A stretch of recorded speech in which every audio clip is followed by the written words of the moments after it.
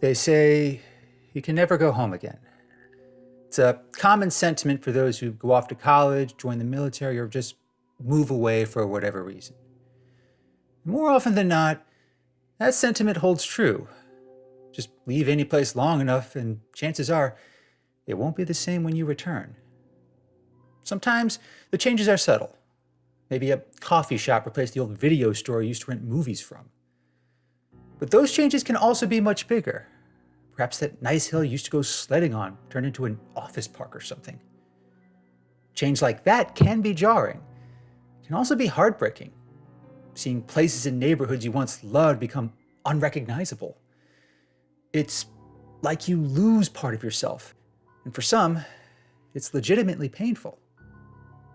I once identified with those people, but now I kind of envy them.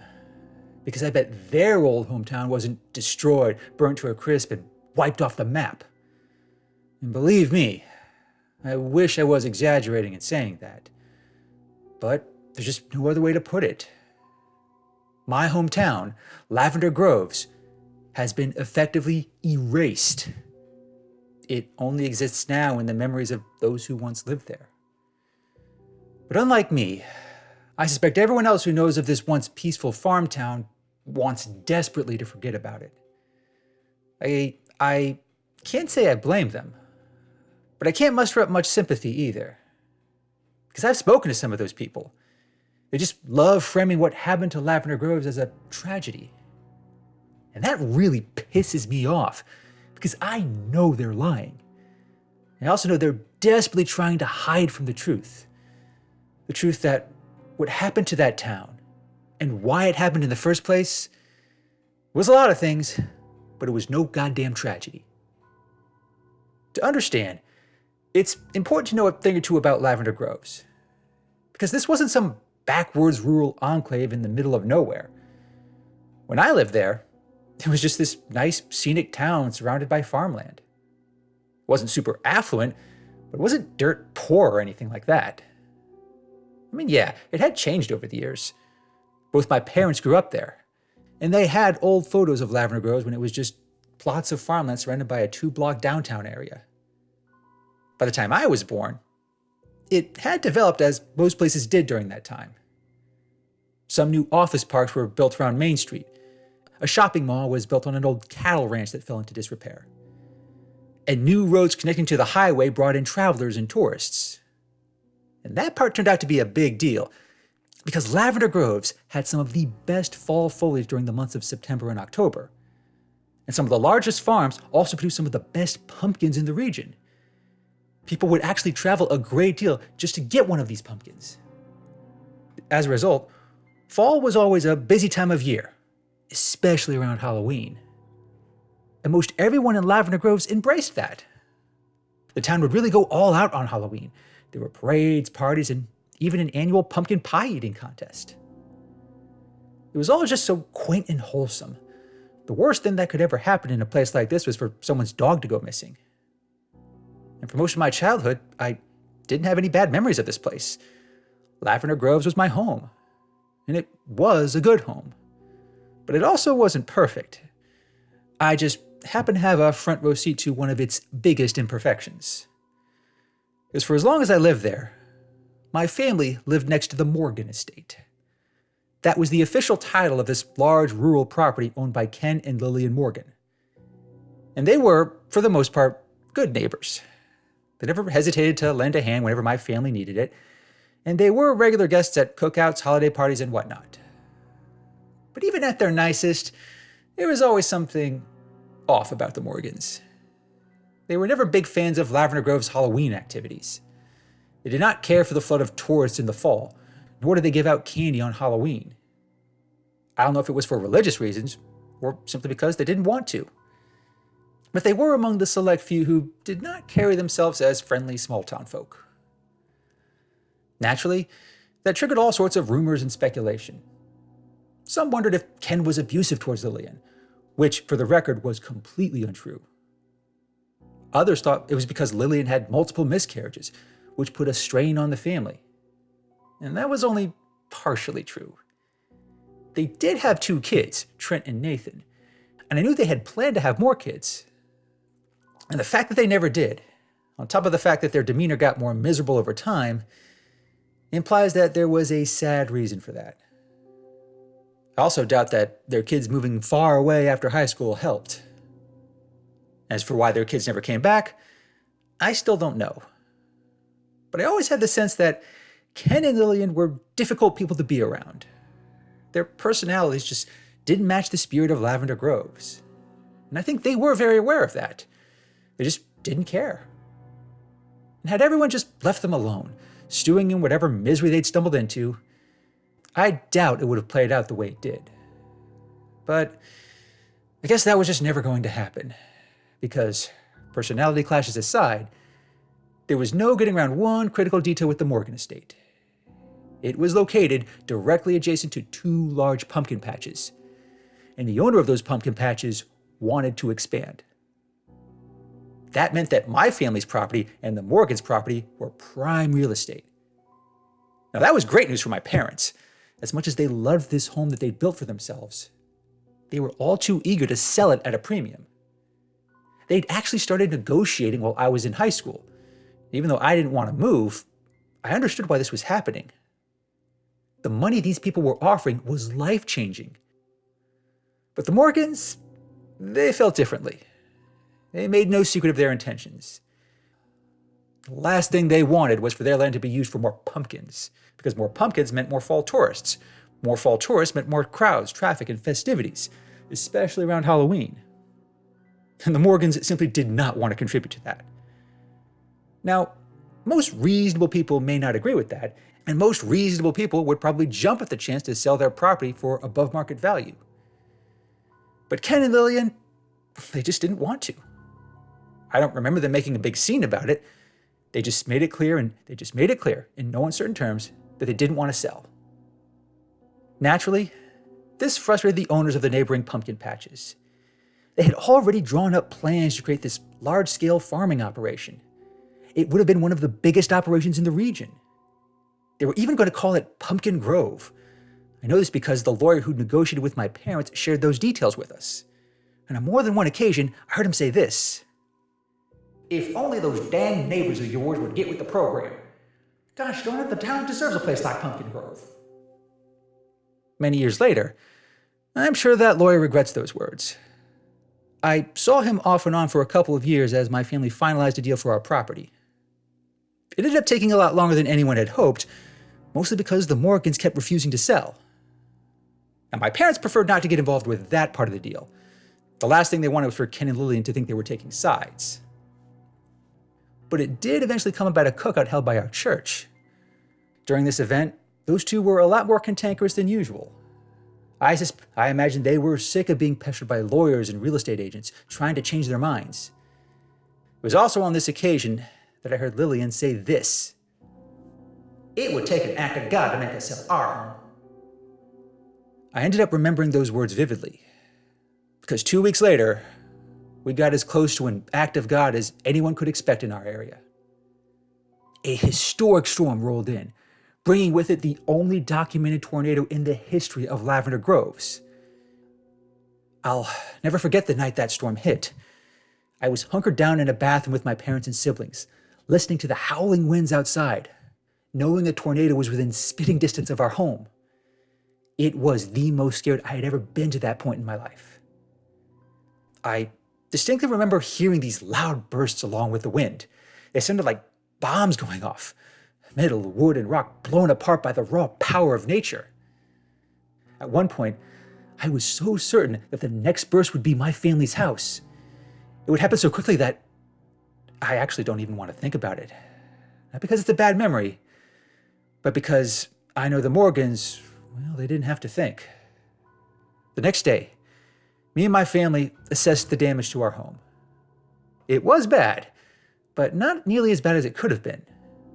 There was some damage to the roof, a few downed trees, some broken windows, and our backyard shed got completely blown away. The only thing that concerned my parents at that point was how much this would delay the pending sale. But in the end, that only amounted to some lengthy phone calls with our insurance company. And as for the Morgans, well, I honestly don't know how they could have been hit harder. Their house, which had stood on their property for more than 8 decades, wasn't just destroyed. It was practically ripped up from the foundation and smashed like a bug under a boot. Their whole front and backyard, it was just covered in shards of wood, brick, metal, and rocks. One of the local reporters said the Morgan's property suffered a direct hit from the tornado when it touched down. Does that count as an act of God? I guess that's a matter of opinion. But call it whatever you want. It ended up being truly tragic. Because, on top of their house being utterly destroyed, Ken Morgan was killed during the destruction. Like my family, he and his wife had barricaded themselves in the bathroom. Ken tried valiantly to protect his wife. I can only imagine how they clung to one another as their home was being ripped apart around them.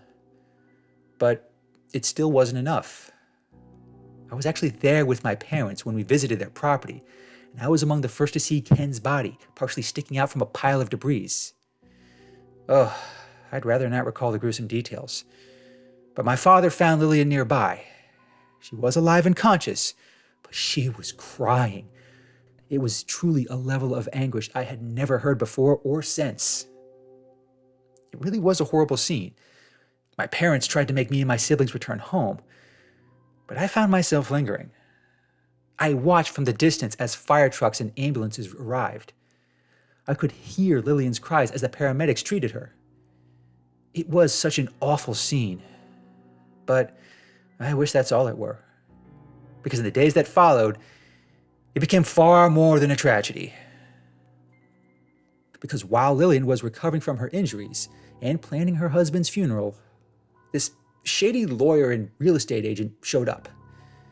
They visited my family first, offering assistance, as they called it, saying they could fix up our home so that the sale would go through. Now, I didn't learn until years later that they had actually tried to use the damage caused by the storm to renegotiate the deal. My father even told me he threatened to punch the lawyer square in the jaw if he tried to renege on their deal. Thankfully, my parents were careful. They read the fine print and they trusted the right people. But Ken and Lillian Morgan, I don't know who their lawyer was, but I hope they're broke, alone, and unemployed, because they really left Lillian in a horrible predicament. Because apparently, there were some gaps in the deed to their property. I don't claim to know the legal jargon, but since Ken's family had owned the land and his will was not filed properly, Lillian had no rights to it. All those generous offers from the neighboring pumpkin patch, they were officially off the table. They could now just take it for pennies on the dollar, and Lillian would be left with nothing. These people basically stole from her. Those pumpkin patches that had once been her neighbors, they took her home from her all so they could expand their operation. They even tried to present themselves as the good guys, offering to pay for her hospital bills. But they definitely skipped the part where Lillian cursed them with every profanity in the English language, and from her hospital bed, no less. They didn't even let her make a public statement before announcing to the Lavender Groves Council that it was official. The Pumpkin Groves operation was happening. My family's property and the Morgans' property were being incorporated into this big operation. It promised to yield the biggest pumpkin harvest in history. The owners even promised that this would give the town the most memorable Halloween celebration of all time. He ended up being right about that, just not the way I think he intended. Now, my family did not plan to stick around for that. We had closed the sale of our home. We had a new home waiting for us a mere 58 miles away. And after what happened to the Morgans, my parents had soured on Lavender Groves, and they were all too eager to leave it behind. It was actually on the day that we moved that we got one last bit of awful news. Lillian Morgan had passed away, and under strange circumstances. Now, her injuries had not been fatal, and as far as I knew, she didn't have any other health issues aside from being old. I kind of wish we'd stuck around a bit longer. I would have loved to know the full story. Did she die of a broken heart, having lost both her husband and her home? Or did that owner of the pumpkin patch have a hand in it? Would these people really resort to killing an old woman just to make sure she didn't interfere with their new operation? I don't know. I don't think I want to know. Hell, I'm not even sure where Lillian and Ken were buried. Everyone else in my family was just determined not to think about it after we moved. I'm pretty sure nobody looked back as we left Lavender Groves that day. But I guess I'm weird because I did look back. I did find myself gazing down this long patch of country road leading away from my hometown. That road is lined with all this farmland, and a lot of it is used for pumpkins. This was still the early summer, so they were just starting to grow. So at this point, there wasn't much to see. But just as we passed by the sign saying we were leaving Lavender Groves, I swear I saw something. It was this figure standing in the field of growing pumpkins, looking like a living shadow or something. First I thought it was just a scarecrow, and I tried to look closer. I even turned to one of my siblings, who happened to be fast asleep already. But when I looked again, it was gone. I only saw empty fields. Maybe it's because I thought I saw something that day that Lavender Grove stuck with me. Even though the town we moved to was much nicer, even though our new house was bigger, I still found myself wondering what came of my former hometown. The idea of my childhood home and the Morgan estate being turned into a big stretch of pumpkin patch, it just didn't sit right with me, especially after what happened to the Morgans. That's why I still kept in touch with many of my old friends back at Lavender Groves. They're the ones who told me that the owners of the pumpkin patch did not waste time, raising my family's property as well as the Morgans. They effectively cleared away every trace of our homes, plowed the fields, and prepared it for growing more pumpkins. A part of me wonders if they had just been waiting in the wings, waiting for that one opportunity to screw the Morgans over if they continued refusing to sell. It's a lot easier to assume that being the case, because it made what happened on Halloween that year a lot easier to process. But I was only there to witness part of it. I hadn't originally planned on returning to Lavender Groves, but as it just so happens, I had just gotten my first car, and those friends I'd been keeping in touch with actually invited me back for Halloween. And one of them happened to be a girl that I'd been crushing on since middle school. I should also probably disclose that my parents didn't give me permission to go back. They did not like the idea of me going on a road trip more than 10 miles from the house, or returning to Lavender Groves for any reason. But I went anyway. Even though they never caught me, I kind of wish they had. Because when I arrived at Lavender Groves, I got there just as the big annual Halloween block party was kicking into high gear. The whole downtown area had been cordoned off. Row upon rows of pumpkins lined the roads, some of which probably came from the Morgans' old property.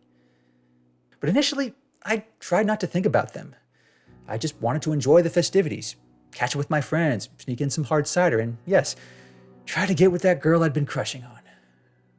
For the most part, everything seemed normal. I even commented a few times how much bigger the block party seemed. One of my old buddies from the baseball team even responded. "Of course it's bigger. Didn't you hear? Pumpkin Grove had a record harvest. They're saying it's the best thing to happen to this place in decades." I tried not to react too strongly to that. Knowing what happened to the Morgans, remembering how they'd lost their home because of that damn pumpkin patch, I just didn't want to think about it. So another hour goes by. Everyone seems to be having fun. The mayor is hyping up this big Halloween concert. And that girl I mentioned, she's starting to flirt back with me. Maybe it's because of her that I remember the skies being so clear. I kept thinking to myself, this is perfect. I'm going to hook up with my crush under a clear, star-filled sky on Halloween. So yeah, my teenage brain was definitely taking notice. And when I told her I recently got my first car, that seemed to seal the deal. One moment we're just sharing a small paper cup of hard cider, and the next, she whispers seductively in my ear, asking if I could show her my car. Naturally, I forgot all about attending that concert or watching the pumpkin pie eating contest. With this cute girl at my side, we start making our way through the crowds and out to where I'd parked my car. But halfway through the shoving, I saw it again. That strange figure I'd seen the day my family moved. It was there that night, just standing at a curb next to a row of pumpkins. Even with my teenage brain operating in horny mode, I took notice. Now, I was plenty inclined to just look away and focus on the girl at my arms. But then I got a little closer, I saw the face of the figure, and that's when I realized it was her, Lillian Morgan, or something that looked like her. I had to blink a few times to make sure my brain wasn't playing tricks on me, but I know what I saw, and I think she even recognized me. Because at one point, she cast me this big, toothy grin. It's forever burned into my memory. To this day, I'm convinced that what I saw was not entirely human.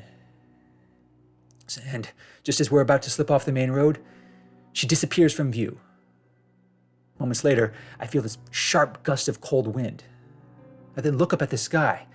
I notice the stars are all gone. Some storm clouds had rolled in. That may not have seemed strange for this time of year, but there was something about them that looked different. Suddenly, I get this bad feeling in the pit of my stomach, bad enough to get me to start thinking with the right head. Now, my crush is still tugging at my arm, urging me to follow her. I don't protest at first because I have no idea what's happening. But then, I hear it, along with everyone else in Lavender Groves. This loud, booming thunder from above, followed by flashes of lightning that arc across the sky. Everyone is understandably surprised, not expecting or preparing for bad weather. I sense some concern, but the mayor quickly reassures everyone. I think he mentioned something about the city having a severe weather contingency. I know he was lying then, but nobody truly knew how much he was lying at the time. Most everyone was inclined to shrug it off, not worried about a little rain and wind. Even the cute girl tugging at my arm didn't seem to care. She even joked about running through the rain together. I only wish I could have bought into that fantasy. But just as more thunder echoed overhead, I noticed something with the pumpkins lining the streets. The ones that had been carved into jack-o'-lanterns, the candles inside seemed to be burning much hotter. And those that weren't carved, they started glowing. I still don't know if that's the right way to describe what I saw, but I didn't really have time to make sense of it. Because the next thing I know, some of the pumpkins start bursting into flames, like they had been doused with lighter fluid or something. This finally got my crush to take things more seriously. It also got some people nearby to show some genuine concern. By then, it was too late. Another gust of wind swept through Lavender Groves. This time it was much harder, like a column of air being shot out of a cannon. More thunder and lightning follows, and some rain starts to fall. Then, in the distance, right near the outskirts of the downtown area, I hear it, this familiar howl of wind. It immediately takes me back to that fateful night of the tornado, the one where I hid with my family in a bathroom. That had been an unprecedented storm, the likes of which Lavender Grove had never experienced before, one that should not have happened again for another 100 years. But here it was again, descending upon this town, taking aim at the crowded block party full of people. I turn to the girl by my side. I tell her we have to leave. We have to get as far away from the downtown area as possible. She agrees, but not before saying she needs to find her parents and sister, who were sitting near the front row of the planned concert. I do offer to go with her, but then we get separated. She disappears into the crowd, and that's the last time I ever see her. Because as I'm looking for her, I see more pumpkins erupting in flame. I hear more people panicking as the storm picks up. I don't know what else I can do, so I just turn and run, sprinting as fast as I can to the parking lot.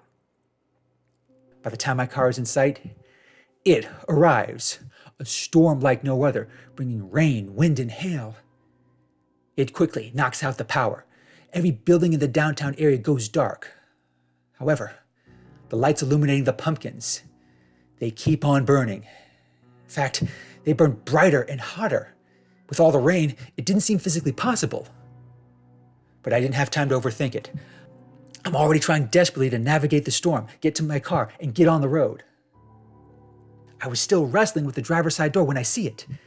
A tornado touching down in the distance, just outside the downtown area. It's a lot bigger than the one that hit my family's home. But this one, it's not just fueled by wind, clouds, and rain. The fires from the pumpkins, they start getting sucked up into the funnel cloud. But the fire still doesn't go out. It just keeps burning brighter and brighter. And by the time I finally get inside my car, The tornado is completely engulfed in flames, tearing through everything and everyone in its path. The winds keep roaring louder, as if to tell Lavender Groves that Halloween is officially canceled this year. It's really hard to hear anything over the winds, but I can still sense it. The cries of terror from all the people still there, the sounds of the buildings and roads being torn up. But even if the people find cover, the pumpkins, those strange burning pumpkins, they keep fueling the fire within the tornado, burning through whatever shelter there was. I still don't want to think about what those people experienced, watching as these festive ornaments become full-fledged firebombs. Even in the areas outside the tornado's path, every pumpkin seems to ignite, spreading flames along with the winds, burning everything and everyone in its path. Even pumpkins in the distant fields start going off. I assume at this point, every pumpkin in Lavender Groves has burst into flames, turning what was once my quaint hometown into a hellscape. My survival instincts take over from there. I manage to get my car going, pull out from the parking lot, and swerve onto the road through swirling winds. Only a few make it out with me, but as I drive off, I can still see the destruction unfolding in my rearview mirrors. I can still feel the heat from every pumpkin in Lavender Groves bursting into flames. And as I'm driving away, as I'm trying to make sense of what's happening around me, I see her one last time. The figure of Lillian Morgan, standing in the middle of the road. That wide, devious grin crept across her face. I think she was looking directly at me, because I remember her just nodding, as if to acknowledge her role in what was happening. I guess she wanted someone to know that this was no fluke of nature. This was no act of God. This was her, Lillian Morgan, getting revenge on the town that took everything from her. She'd cursed the people. She'd cursed Halloween. And she'd cursed the pumpkins that Lavender Grove once took such pride in. Now call me crazy all you want. Buy into the official story if that makes you feel better. According to the national news, Lavender Groves was a victim of a freak storm, coupled by some poorly maintained tanker trucks. So much of the area had been destroyed. So many of the fields had been left permanently scarred by the fire. Someone from the governor's office even said that the town wouldn't be habitable for years. And even if it was ever rebuilt, it certainly wouldn't go by the name Lavender Groves. And even if it were, I doubt anyone would want to grow pumpkins there anymore. Those things have officially become cursed in that area. And maybe that's for the best. Because if what I saw was real, if I really did see the vengeful spirit of Lillian Morgan on that fateful Halloween night, I sure as hell wouldn't want to be near any pumpkins. In life, they cost her home, her husband, and everything she once held dear. So in death, she made damn sure that Lavender Groves paid a much higher price.